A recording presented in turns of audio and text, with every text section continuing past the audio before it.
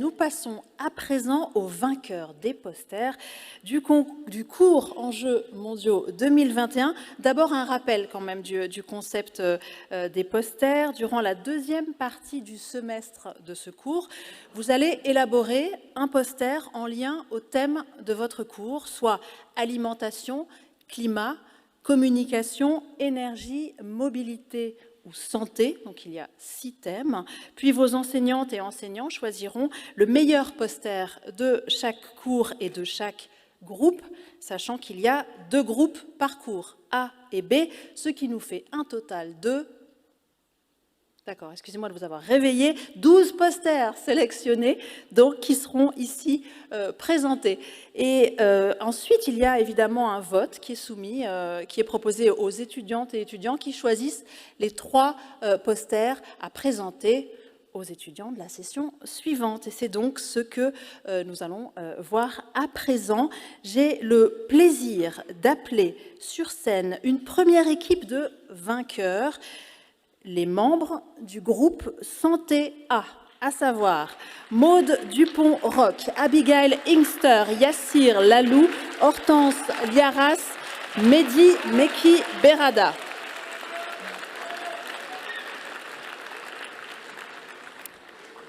Bienvenue à vous et bravo.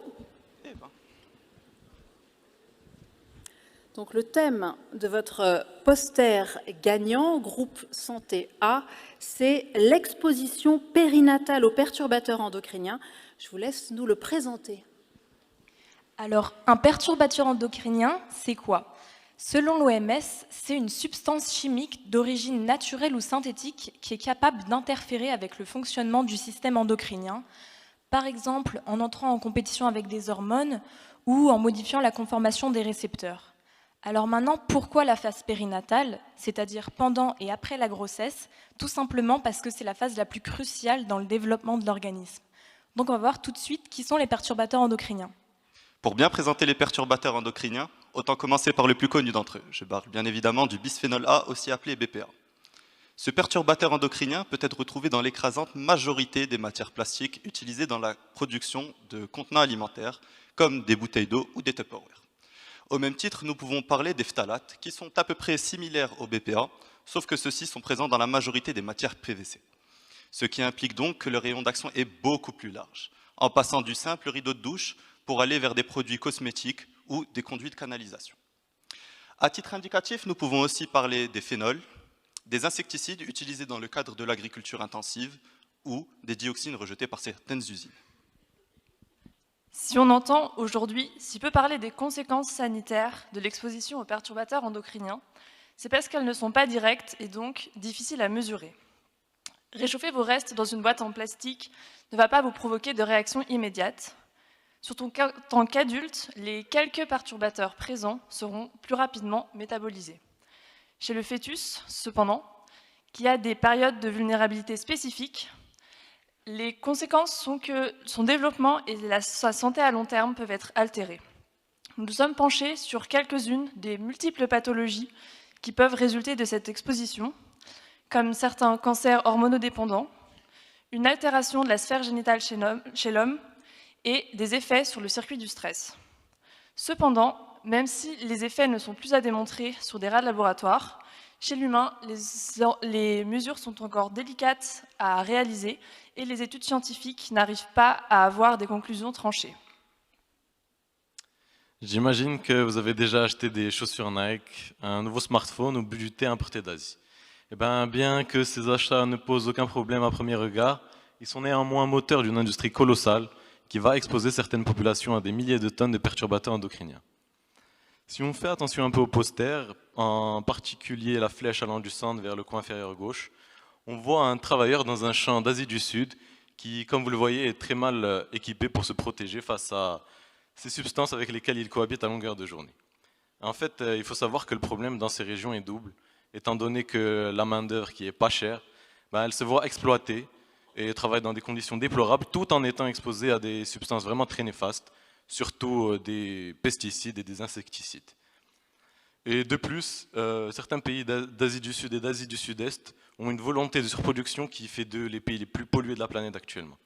Mais bien évidemment, ce n'est pas le fait d'acheter un iPhone qui va participer à exposer ces personnes, les perturbateurs endocriniens, puisque, comme on va le voir, ce problème trouve son origine à bien plus grande échelle. Donc, les perturbateurs endocriniens sont omniprésents dans notre quotidien et, comme l'a dit Maud juste avant, ils ont très certainement des conséquences sur notre santé. C'est pourquoi ils font l'objet d'un enjeu énorme pour les gouvernements. Le problème, c'est que ces derniers doivent réussir à allier économie et protection des populations, ce qui n'est vraiment pas facile à faire. En fait, interdire l'utilisation des perturbateurs endocriniens, ce serait à coup sûr une perte pour les industriels, parce qu'ils les utilisent pour assurer leur productivité. C'est pourquoi les réformes arrivent au compte-gouttes et font l'objet de nombreux débats. On peut prendre par exemple les États-Unis, qui font partie des grands opposants aux perturbateurs endocriniens. Ils sont contre l'interdiction de tous les pesticides qui ont des propriétés de perturbateurs endocriniens, parce que selon eux, ce serait juste un obstacle au bon fonctionnement des échanges commerciaux, et ils invoquent le principe d'évaluation des risques pour justifier leurs propos. C'est pourquoi il est primordial de promouvoir la recherche. Ça nous permettrait de mieux connaître ces substances, de mieux connaître leurs conséquences sur notre santé, mais aussi de pouvoir justifier toutes les réformes à mettre en place mondialement pour nous protéger. Donc ce qu'on a voulu montrer, c'est que même si à échelle individuelle, on peut agir en modifiant notre consommation, premièrement, ce n'est pas à la portée de toutes les populations, et deuxièmement, c'est vraiment dérisoire face à l'ampleur du problème. Donc le défi, c'est vraiment, par une coopération internationale, de trouver un équilibre intelligent entre la prospérité sociale et économique et la santé publique. Bravo, merci.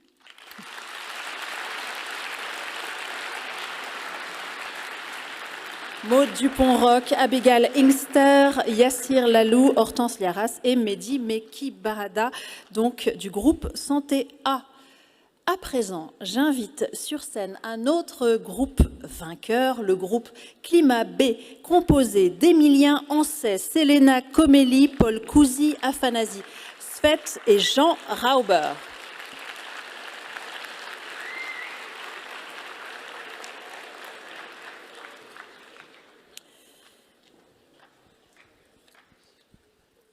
Bienvenue à vous. Le thème de votre poster gagnant, c'est des bactéries méthanotrophes pour rendre durable la production du lait suisse. Je vous laisse nous présenter ce poster. Bonjour à tous, merci pour l'invitation. Nous, on s'occupait de l'industrie laitière suisse, l'un des symboles de l'économie suisse, et plus notamment son impact environnemental face à la crise climatique. Le problème avec la production du lait en Suisse, c'est surtout les émissions de méthane des vaches suisses. Et c'est un problème parce que le méthane est un gaz à effet de serre 20 fois plus puissant que le CO2. Mais vu qu'on est en Suisse, on ne veut pas arrêter de manger du fromage. Donc on s'est posé la question, comment faire d'une pierre deux coups, comment profiter des produits de l'industrie laitière, mais aussi de la rendre complètement durable. Et notre réponse, c'est les bactéries méthanotrophes. Donc effectivement, afin de chercher une solution à ce problème, on s'est intéressé aux bactéries méthanotrophes. C'est-à-dire, donc, c'est des bactéries qui métabolisent le méthane et le transforment en CO2. Donc il s'agit d'utiliser des filtres biologiques, qui sont des dispositifs dans lesquels on va mettre ces bactéries et qui vont transformer le méthane en CO2. Le CO2 étant un gaz à effet de serre vachement moins puissant que le méthane. Donc bien que cette technologie soit encore au stade du laboratoire, ce qu'on propose de faire, c'est dans chaque ferme suisse, plus particulièrement dans les étables, là où se trouvent les vaches, de poser ces filtres pour que quand les vaches sont à l'intérieur, donc pendant la majeure partie de l'hiver et pendant la nuit, pour que ces filtres absorbent une quantité maximale de méthane. Alors, ce qui est intéressant avec ce sujet, c'est que lorsqu'on l'a choisi, c'est-à-dire il y a un petit peu moins d'1 an de ça, la question de l'agriculture et des émissions de gaz à effet de serre était quelque chose de très actuel en Suisse, parce qu'en juin 2021, le peuple suisse a dû voter sur 5 lois différentes, et 3 d'entre elles concernaient directement la question de l'agriculture et des gaz à effet de serre. Il y avait pour une eau potable et une alimentation saine, pour une Suisse libre de pesticides de synthèse et la loi CO2. Du coup, il faut savoir que ces 3 lois ont été refusées. Les 2 premières avaient des arguments similaires, c'était que mettre plus de restrictions sur l'agriculture implique qu'il y aurait moins de production locale et donc plus d'importation, et donc le problème ne serait pas réglé mais juste dépassé à l'étranger. Et pour la loi CO2, ça serait juste que ça coûte trop cher et qu'elle ne serait d'aucune utilité pour le climat. Alors, en étudiant cette solution, on a pu voir quelques désavantages, mais surtout des avantages. Donc, au niveau des désavantages, on a noté la taille des filtres, qui serait de 11 mètres de hauteur pour 4 mètres de diamètre, avec une forme cylindrique. Ensuite, il y a le fait que les émissions de CO2 ne seraient pas réduites à 0, bien que négligeables devant celles de méthane. Il y a également le fait que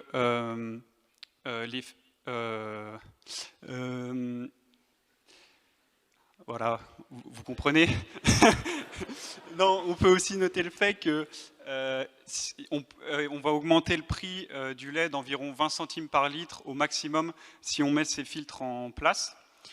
Mais au niveau des solutions, des avantages de cette solution plutôt, un seul de ces filtres pourrait absorber les émissions de 90 vaches par an, ce qui est considérable. On a aussi le fait que il y aurait de nombreux emplois créés, notamment dans l'entretien de ces filtres. On a aussi le fait que les vaches seraient respectées, il n'y aurait pas de problème d'éthique par rapport à d'autres solutions comme les masques qui ont été vus dans les journaux récemment. Et puis la Suisse donnerait un exemple à l'international sur cette question. Et c'est aussi la question, les enjeux mondiaux, donc ce serait très intéressant. Bon voilà, en somme, on propose une solution pour rendre plus durable la production laitière suisse en se concentrant sur les émissions en méthane, un gaz à effet de serre très puissant.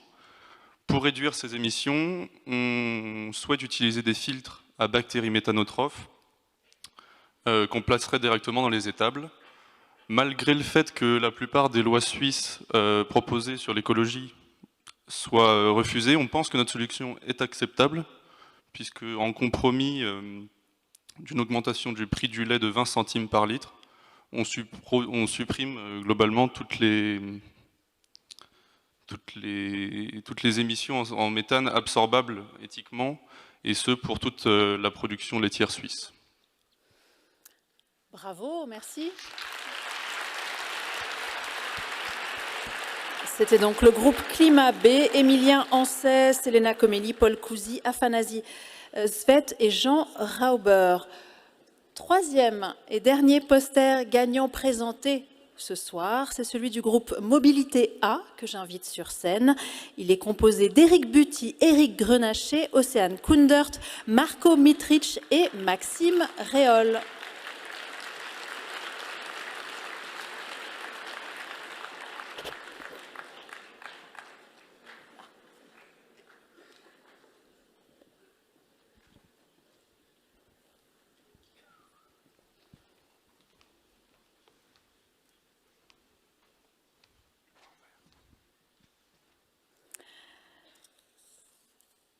Et le thème de votre poster, Mobilité A, c'est « Utopie en ville de Lausanne. Une fois les voitures supprimées, que fait-on » Exactement. Alors, merci beaucoup.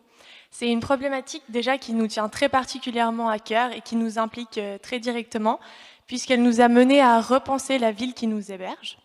En plus de ça, c'est une problématique et une question tout à fait actuelle, puisque c'est un des défis que la ville de Lausanne tente de relever. Concrètement, nous, on a défini une zone interdite aux véhicules individuels qui inclut le Grand Lausanne, ainsi que Ouchy, Puy et Prilly. C'est donc une vision du Grand Lausanne et de ses centres urbains environnants. Cette zone elle a été déterminée en fonction de la topographie spécifique de la ville, des parkings existants, ainsi que des flux de déplacement en transport public et en voiture. Et donc, moi, je vais essayer de vous expliquer le point central de notre poster. Donc, vous voyez au milieu la zone en beige, qui est la zone donc, sans trafic. Et il y a aussi des pics rouges et bleus. Donc, je commence avec les pics rouges, qui indiquent deux choses. Donc, premièrement, la direction du trafic automobile. Donc, on a obtenu ces données avec une étude de la ville de Lausanne. Et aussi la quantité, vous voyez normalement c'est plus grand, du nombre de voitures qui passent chaque jour. Et du coup on a aussi les flèches bleues qui elles montrent la direction et le flux des transports publics, donc majoritairement le train. Et la problématique est donc si on enlève les voitures dans ce périmètre, il faut pouvoir compenser ce manque de trafic. Et c'est pour ça que la différence de direction nous montre très exactement où on pourrait mettre des parkings, parce que les gens devraient s'arrêter, du coup, déposer leur voiture pour entrer en ville de Lausanne. Et du coup, on relierait aussi ces différents pics entre eux, entre deux pics opposés ou deux pics l'un à côté de l'autre, pour faire, par exemple, on avait proposé de nouvelles lignes, par exemple la ligne M4 qui irait du sud au sud-ouest, ou encore un métro M5, mais je vous épargne des détails. Et aussi des bus, etc. Alors on a aussi imaginé un système de bus autonomes qui vont pouvoir élargir l'horaire des transports publics. Comme tous les véhicules à propulsion thermique seront interdites, ils vont devoir être remplacés par des énergies vertes. Et avec tous les espaces dédiés aux places de parc en centre de ville de Lausanne, on pourrait imaginer les remplacer avec des parcs ou des zones vertes afin d'augmenter ces espaces qui pourraient en ce moment manquer en ville et réduire les îlots de chaleur. Donc, ce qu'il faut savoir actuellement en centre-ville de Lausanne, c'est qu'il y a en termes d'espace l'équivalent de 338 terrains de foot de places de parking. C'est des espaces énormes qu'on ne peut vraiment pas négliger, surtout pour l'avenir de la ville. Donc, pour notre projet, on a décidé de réaménager par exemple les parkings souterrains en espaces de vélo ou encore en centre de stockage pour la ville. La suppression des voitures en centre-ville de Lausanne implique également la construction de nouveaux parkings en périphérie de la ville, que nous on a décidé de placer dans des pôles attractifs, comme par exemple Puy, Pry ou encore Ouchy, chacun se situant à environ un quart d'heure du centre-ville de Lausanne. Tout cela grâce à l'intensification des transports publics de la ville de Lausanne. Et pour ce qui est des impératifs en transport classique, comme l'est la voiture, une législation serait mise en place pour répondre aux besoins de chacun. Par exemple, une autorisation pour les services d'intervention ou encore pour les livraisons, qui auraient le droit d'être effectuées à des heures spécifiques. En conclusion, le plan que nous avons imaginé est drastique et les aménagements proposés prendront du temps avant d'être effectués. Mais seule une solution drastique permettra de changer les mentalités et de changer la manière dont nous occupons la ville. Lausanne tend à supprimer les voitures de son centre, mais est-elle prête à aller autant loin que notre projet ? Merci.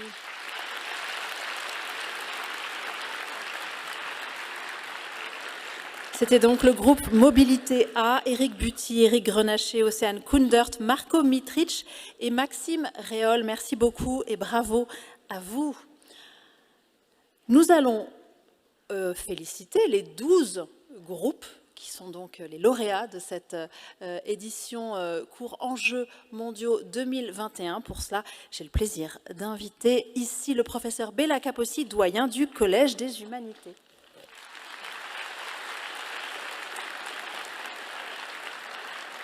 Merci beaucoup, Anne-Laure. Alors, c'est vraiment, je dois dire, c'est extraordinaire de voir un nombre d'étudiantes et d'étudiants aussi nombreux qu'ici. C'est super. Vendredi, avant la rentrée, on nous téléphone. Il n'y aura pas 1600 étudiants, mais 2000. Alors, on a travaillé avec les enseignants.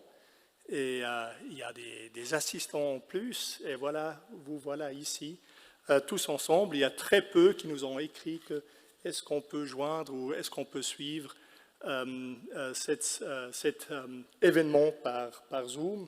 Alors, en jugeant le nombre de places qui restent encore libres, la grande majorité est ici. Voilà, alors tout d'abord, un grand bravo aux 3 teams qui ont présenté.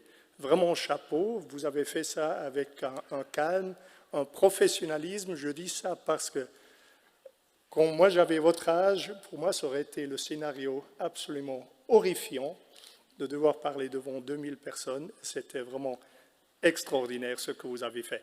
Voilà, vous voyez aussi ce qui vous attend maintenant dans le cadre de Global Issues. Ce sont des posters raffinés où il faut jongler des informations scientifiques avec une présentation afin qu'on puisse comprendre votre démarche, votre réflexion et aussi que ce soit visuellement stimulant. Alors on se verra à la fin en automne pour juger les 12 meilleurs posters et ensuite certains parmi vous seront de nouveau ici l'année prochaine sur scène, soit pour recevoir un petit chocolat ou soit pour présenter votre poster. Alors, notre vice-président d'enseignement, Pierre Dillembourg, vous a déjà donné un excellent raisonnement pourquoi l'EPFL soutient les Global Issues, plus spécifiquement, et plus généralement les SHS, les sciences humaines et sociales. Alors, je ne vais pas revenir là-dessus, mais je vais vous donner juste un petit aperçu de ce qui vous attend pour les semestres à venir et pourquoi c'est une telle excellente idée d'avoir un programme de cette taille. Tout d'abord, il y a actuellement 150 cours en SHS qui vous attendent. Ça veut dire que vous avez déjà, je ne veux pas dire l'embarras du choix, mais vous pouvez vraiment trouver quelque chose qui vous parle. Ça va de l'histoire de l'Antiquité à l'histoire contemporaine, l'histoire internationale, des cours sur l'Asie, sur la littérature africaine, sur la poésie, sur Hong Kong et Taïwan, sur le Moyen-Orient, psychologie, pédagogie, encore histoire de l'art brut, vous voyez, management et finance, évidemment.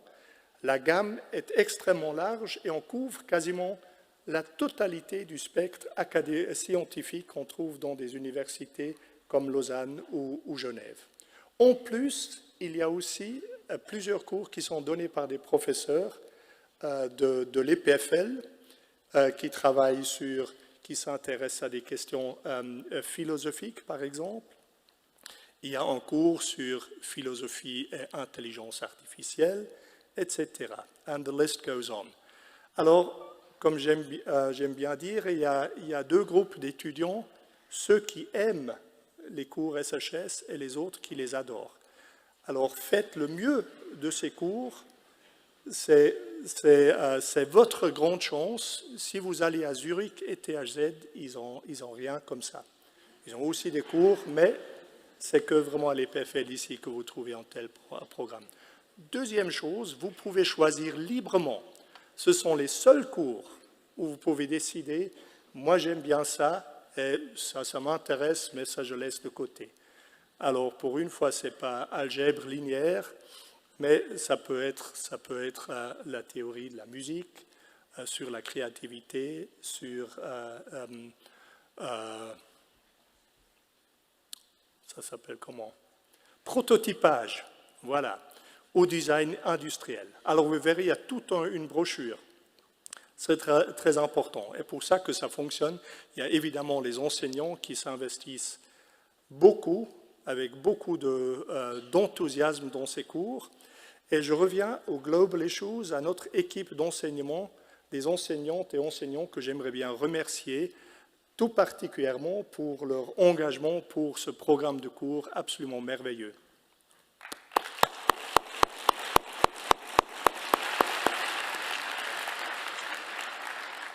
Ensuite, j'aimerais bien aussi remercier notre staff qui rend ce programme possible, notamment la coordinatrice du programme Global Issues, Christine Farget.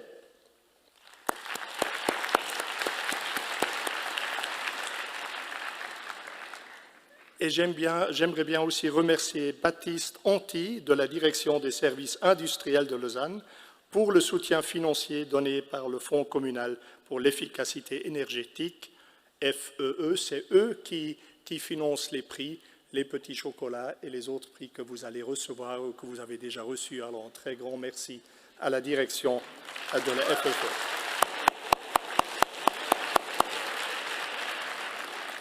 Voilà. Maintenant, on passe directement aux équipes. Et venez, s'il vous plaît. Alors, je vais vous appeler. Ensuite, venez ici sur scène. Vous allez recevoir votre petit cadeau. Et ensuite, essayez de vous mettre là et on va vous prendre en photo, etc. Alors, on commence avec alimentation A.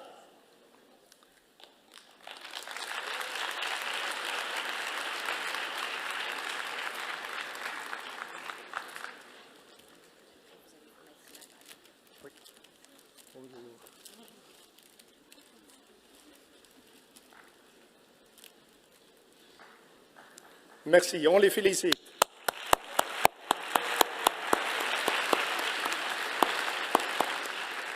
Ok, merci. Alimentation B. Où vous êtes où?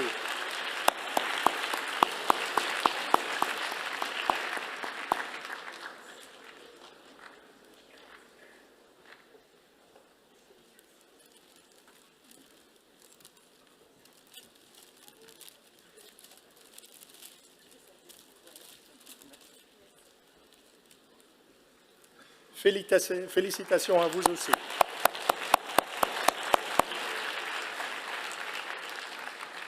Climat A.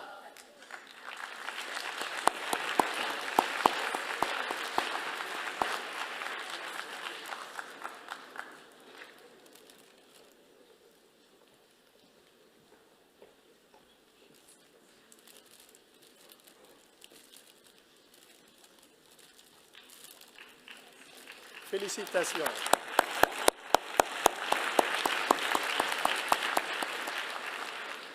Climat B.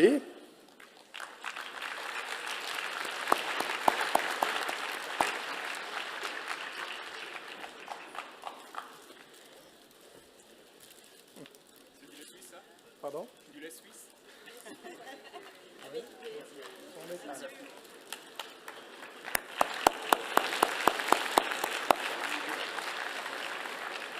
Ok, communication A.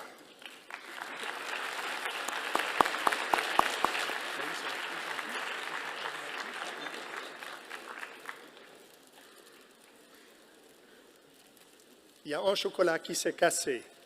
Alors on espère que une des personnes ne viendra pas, sinon il y aura un plus grand. Alors, félicitations.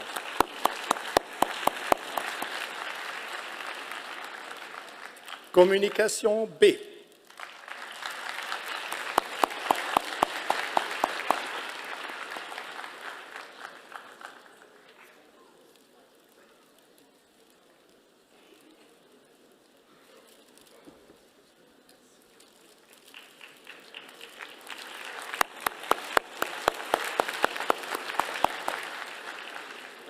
Énergie A.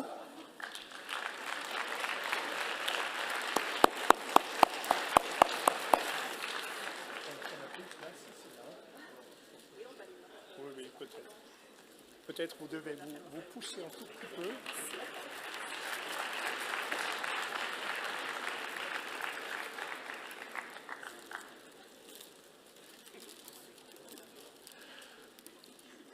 Énergie A. Non, on avait ça déjà? Non. Qu'est-ce que je dis? Énergie B.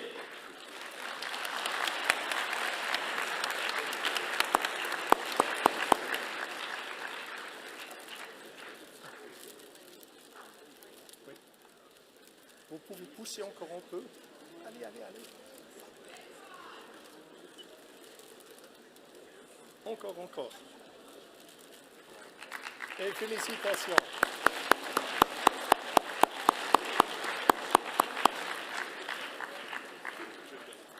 Mobilité A.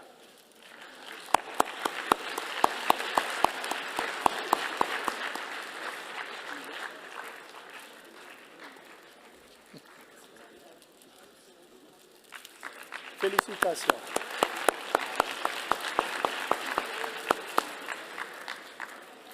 Mobilité B.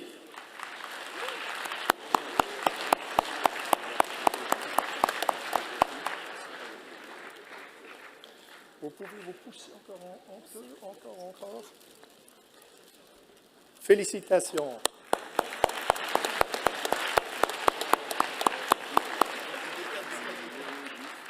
Alors, santé A.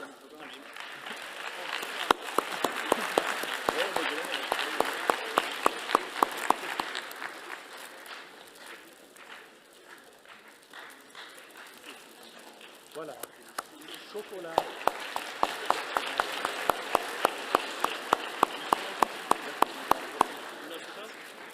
Excellent. Et le dernier groupe, santé B.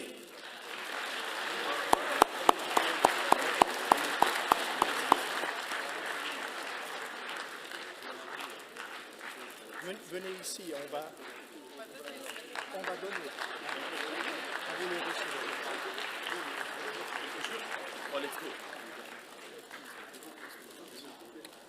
Alors, un grand bravo à tout le monde de tous ces 12 équipes, c'est extraordinaire.